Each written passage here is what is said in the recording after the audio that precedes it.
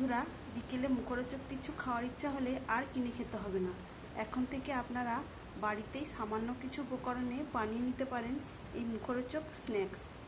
এই স্ন্যাক্সগুলো বানানো খুবই সহজ। স্ন্যাক্সগুলো খেতে এতটাই মজার যে একবার বানিয়ে খেলে আর বাজার থেকে চপ সিঙ্গারা কিনে খাওয়ার ইচ্ছাই হবে না। স্ন্যাক্সগুলো দেখতে যেমন সুন্দর আর খেতে কিন্তু দারুণ টেস্টি। আশা করি বন্ধুরা আজকের এই স্ন্যাক্স রেসিপি আপনাদের ভীষণই ভালো লাগবে। আর ভালো লাগলে একটা লাইক দেবেন, আর সেই সঙ্গে যেসব নতুন বন্ধুরা রয়েছেন আমার চ্যানেলটিকে সাবস্ক্রাইব করে আমার পাশে থাকবেন। নমস্কার বন্ধুরা, সর্বাণী রান্নাঘরে আপনাদের সবাইকে স্বাগত। বন্ধুরা, আজকে আমি আপনাদের সঙ্গে শেয়ার করব বাড়িতে থাকা সামান্য কিছু উপকরণে তৈরি ভীষণ মজার এবং মুখরোচক একটা স্ন্যাক্স রেসিপি। আশা করি বন্ধুরা আজকের এই স্ন্যাক্সের রেসিপি আপনাদের ভীষণই ভালো লাগবে। তাহলে চলুন বন্ধুরা রেসিপিতে যাওয়া যাক। স্ন্যাক্সগুলো বানানোর জন্য এখানে আমি আমার প্রয়োজন অনুযায়ী এক বাটি ময়দা নিলাম, দিলাম পরিমাণ মতো লবণ।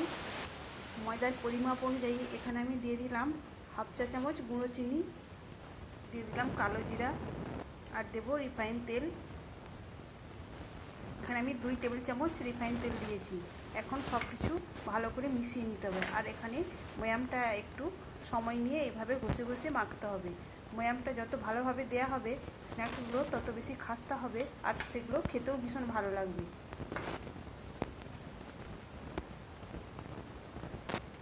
এখানে দেখুন বন্ধুরা, ময়দার মিশ্রণটা মুঠো করলে মুঠোর মধ্যে কত সুন্দরভাবে দোলা পাকিয়ে গেছে। আবার এইভাবে ঝুরঝুর করে ভেঙেও যাচ্ছে। তো এইভাবেই ময়ামটা দিতে হবে। এখন অল্প অল্প জল দিয়ে একটা সফট ডো বানিয়ে নেব। তবে একবারে বেশি জল না দিয়ে অল্প অল্প করে জল দিয়ে এটা মাখাই ভালো, কেননা একবারে বেশি জল দিলে এই ডোটা পাতলা হয়ে যেতে পারে। এখানে আমি অল্প অল্প জল দিয়ে একটা সফট ডো বানিয়ে নিয়েছি। এখন এই ডোটার উপর থেকে আমি একটু তেল মাখিয়ে রেস্টে রেখে দেবো।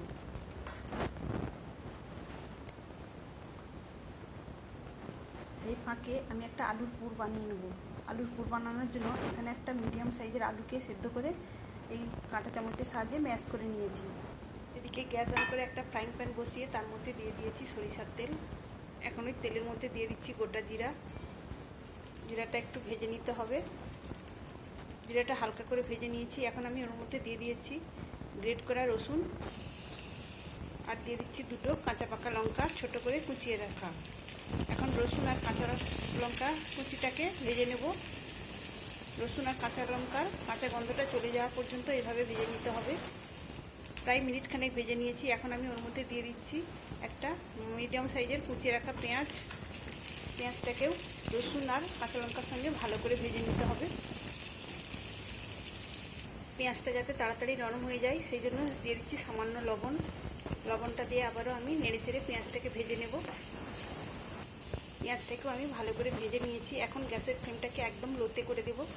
এখন আমি এই পেঁয়াজের মধ্যে দিয়ে দিচ্ছি সামান্য হলুদের গুঁড়ো, দিয়ে দিলাম সামান্য লাল লঙ্কার গুঁড়ো, আর দিয়ে দিচ্ছি হাফ চা চামচ জিরা গুঁড়ো, দিয়ে দিলাম গরম মশলার গুঁড়ো। এখন এই মশলাটা পেঁয়াজের সঙ্গে ভালো করে মিশিয়ে নিতে হবে।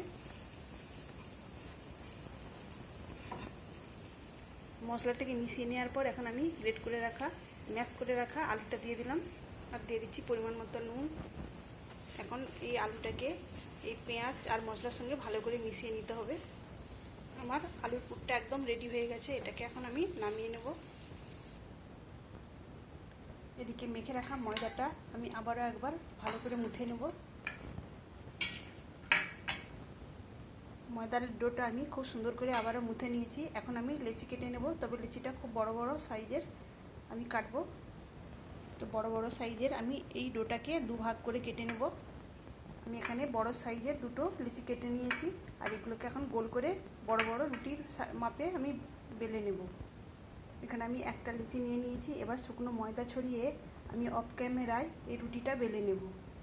এখানে আমি একটা বড় মাপের রুটি বেলে নিয়েছি, আর রুটিটা খুব বেশি পুরু আর খুব বেশি পাতলা নয়, মিডিয়াম সাইজের একটা রুটি বেলে নিয়েছি। এখন আমি রুটির সাইডের অংশ থেকে এইভাবে কেটে বাদ দিয়ে চৌকো শেপ করে নেব। তো এইভাবে আমি সাইডের অংশ বাদ দিয়ে দিয়েছি। এখন এটাকে আমি তুলে নেব। সাইডের অংশগুলো তুলে নিয়েছি। এখন এটাকে আমি সমান 4টে টুকরো করে কেটে নেব। তো এই রুটিটাকে আমি এইভাবে 4টে টুকরো করে কেটে নিয়েছি। এখানে একটা প্লেটের মধ্যে একটা টুকরো তুলে নিয়েছি।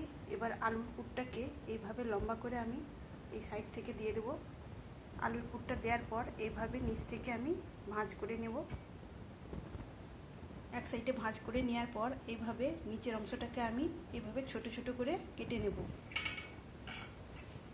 নিচের অংশটাকে আমি এইভাবে কেটে নিয়েছি। এখন আমি নিচের পোরশনটা এইভাবে একটু জল লাগিয়ে দেব। দেওয়ার পর প্রত্যেকটাকে এইভাবে আমি উপরে আটকে দেব। এভাবে আটকে দেওয়ার পর আমি দুই সাইডটা এইভাবে চেপে দেব, তা না হলে কিন্তু ভাজার সময় পুরটা বেরিয়ে আসবে। তো এইভাবে আমি একটা পুর ভরে নিলাম। তো একই রকমভাবে আবারও একটা পুর ভরার জন্য নিয়েছি। তো এইভাবে আলুর পুরটা দিয়ে দিলাম। দেওয়ার পর এই সাইডটা আমি এইভাবে ভাঁজ করে নিলাম।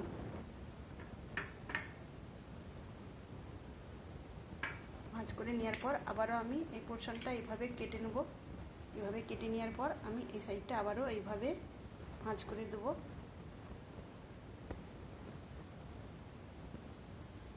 তাহলে বন্ধুরা দেখতেই পেলেন কত সুন্দরভাবে আমি পুরটা ভরে নিলাম। একই রকমভাবে আমি সবগুলোই পুর ভরে নেব।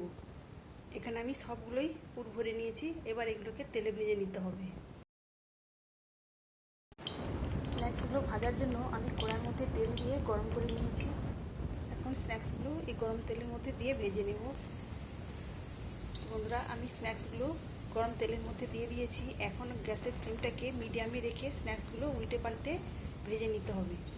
হাই ফ্লেমে এই স্ন্যাক্সগুলো ভাজলে হবে না, তাহলে কিন্তু খুব তাড়াতাড়ি এর কালার চলে আসবে।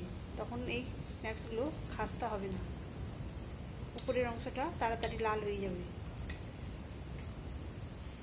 এইভাবে যদি বাড়িতে ময়দা আর আলুর পুর ভরে স্ন্যাক্সগুলো বানিয়ে দেওয়া যায়, তাহলে কিন্তু বাড়ির ছেলেমেয়েরা আর দোকান থেকে চপ সিঙ্গারা কিনে খাওয়ার কথা ভুলেই যাবে। তাহলে বন্ধুরা আপনারা বিকেলে মুখরোচক কিছু খাওয়ার ইচ্ছা হলে এইভাবে আলু আর ময়দা দিয়ে স্ন্যাক্সগুলো বানিয়ে নিতে পারেন। এখানে আমি মিডিয়াম আঁচে বেশ কিছুক্ষণ ভেজে নেওয়ার পর একটা সুন্দর কালারও চলে এসেছে। আর বেশি লাল করে ভাজবো না। এখন আমি এগুলো তেল থেকে ছেঁকে তুলে নেব।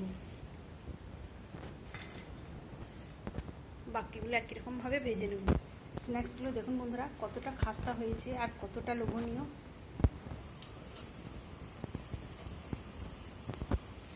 তাহলে বন্ধুরা আজকের স্ন্যাক্স রেসিপি আপনাদের কেমন লাগলো অবশ্যই কমেন্ট করে জানাবেন।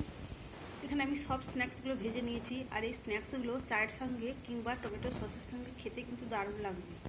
তাহলে বন্ধুরা আজকের মতো আসি। সবাই ভালো থাকবেন, সুস্থ থাকবেন। ধন্যবাদ।